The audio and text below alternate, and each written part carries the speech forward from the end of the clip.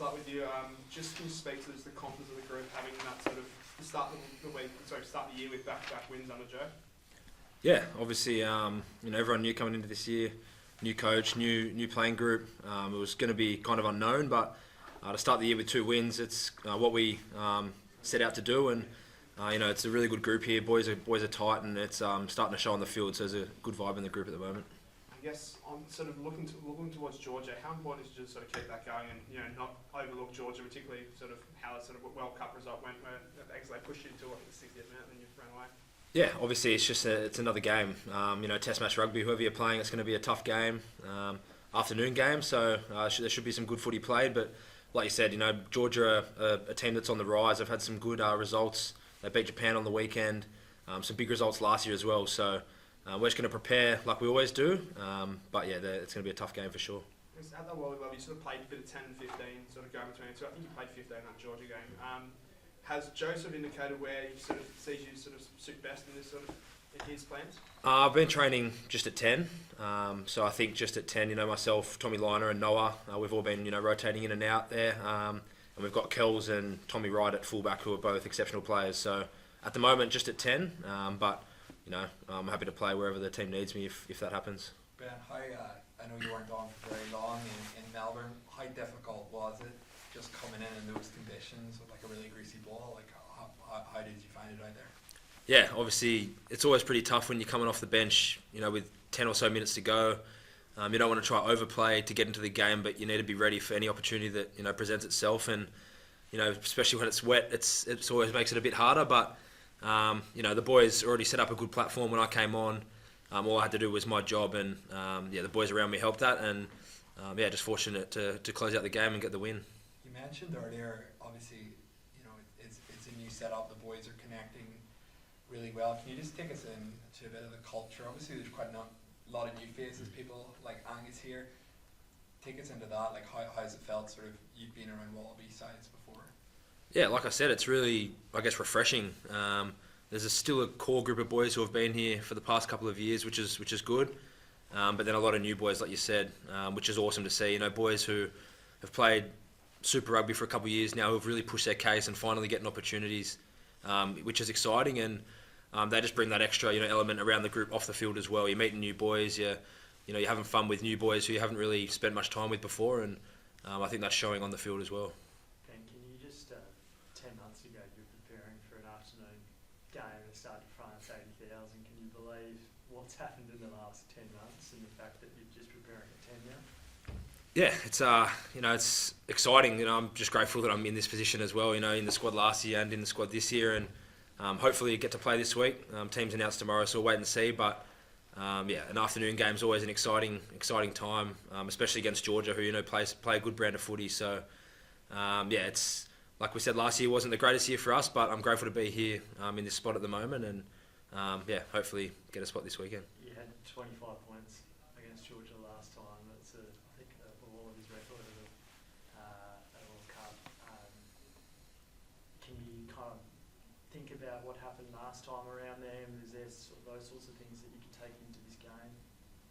Yeah, there's definitely a bit of confidence there. Like I said, Georgia is a bit of an unknown team. You don't really get to play them that often, so it's exciting. And I guess playing them last year, get a bit of an insight on how they play, some of their players, it was not a convincing win last year, but we can take a little bit of confidence out of that. But like I said before, they've had a great result last week. They had a good result last year against Wales in Cardiff. So they're a team that's on the rise, and they're playing some good footy. So we just focus on ourselves mainly this week, and the result should take care of itself. Can you just bring us into that over-the-top ball that Taniela did to you?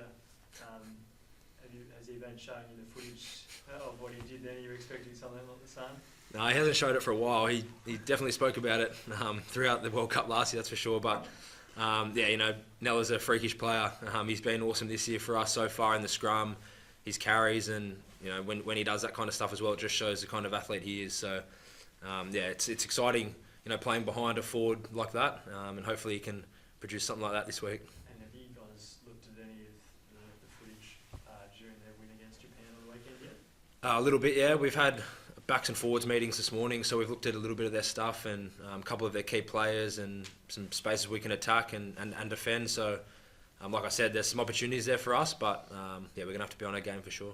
Angus. Yeah, so Angus, mate, what a whirlwind last month from speaking to you in Brisbane to now. Can you believe the rollercoaster journey you're on? Yeah, it's been pretty crazy. I think was not expecting to, even play one test this year, let alone getting two back to back. So it's been really good and really good sort of winning mentality the last couple of games as well. Like they've been hard games. Wales are a quality team, but it's just been really good. Just learning so much, learning all the boys, the coaching staff, and just try and improve my rugby at the same time. In terms of the defensive maul, obviously you weren't on the field for very long, but I'm assuming that was something that was really scrutinised today. And what are you expecting from a Georgian team that, the majority of their pack, well, their front row certainly are based in France at the highest level?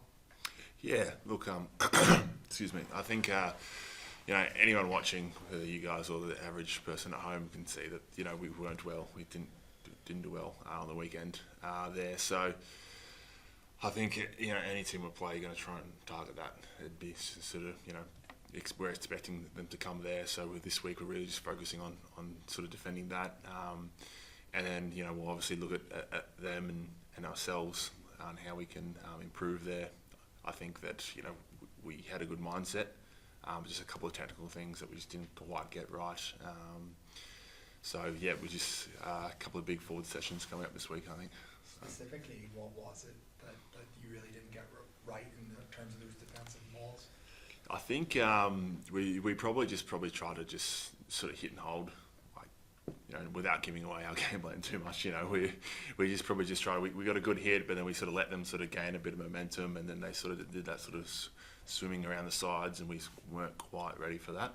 So I think we'll have to stop that. Coming this week, the Georgian pack's obviously very big, very strong lads. So I think our mindset obviously was good, but it needs to be better. And I think just going forward, just pumping those legs, going backwards right at the start rather than sort of hit and hold.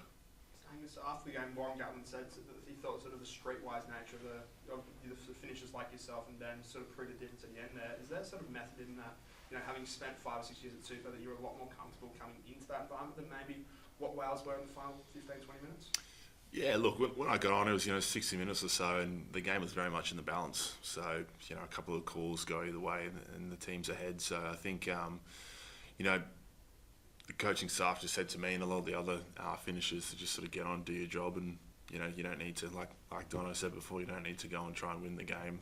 In that sort of last period, you just need to go and do your job and be confident in yourself, in the team, and just bring that energy. So when the sort of that third quarter, fourth quarter in the game, you just need to bring a lot more energy, spark the boys who've been playing the whole time up, and just try and make an impact without going too crazy. So we just got on, did our job, and get the win in the end. You're obviously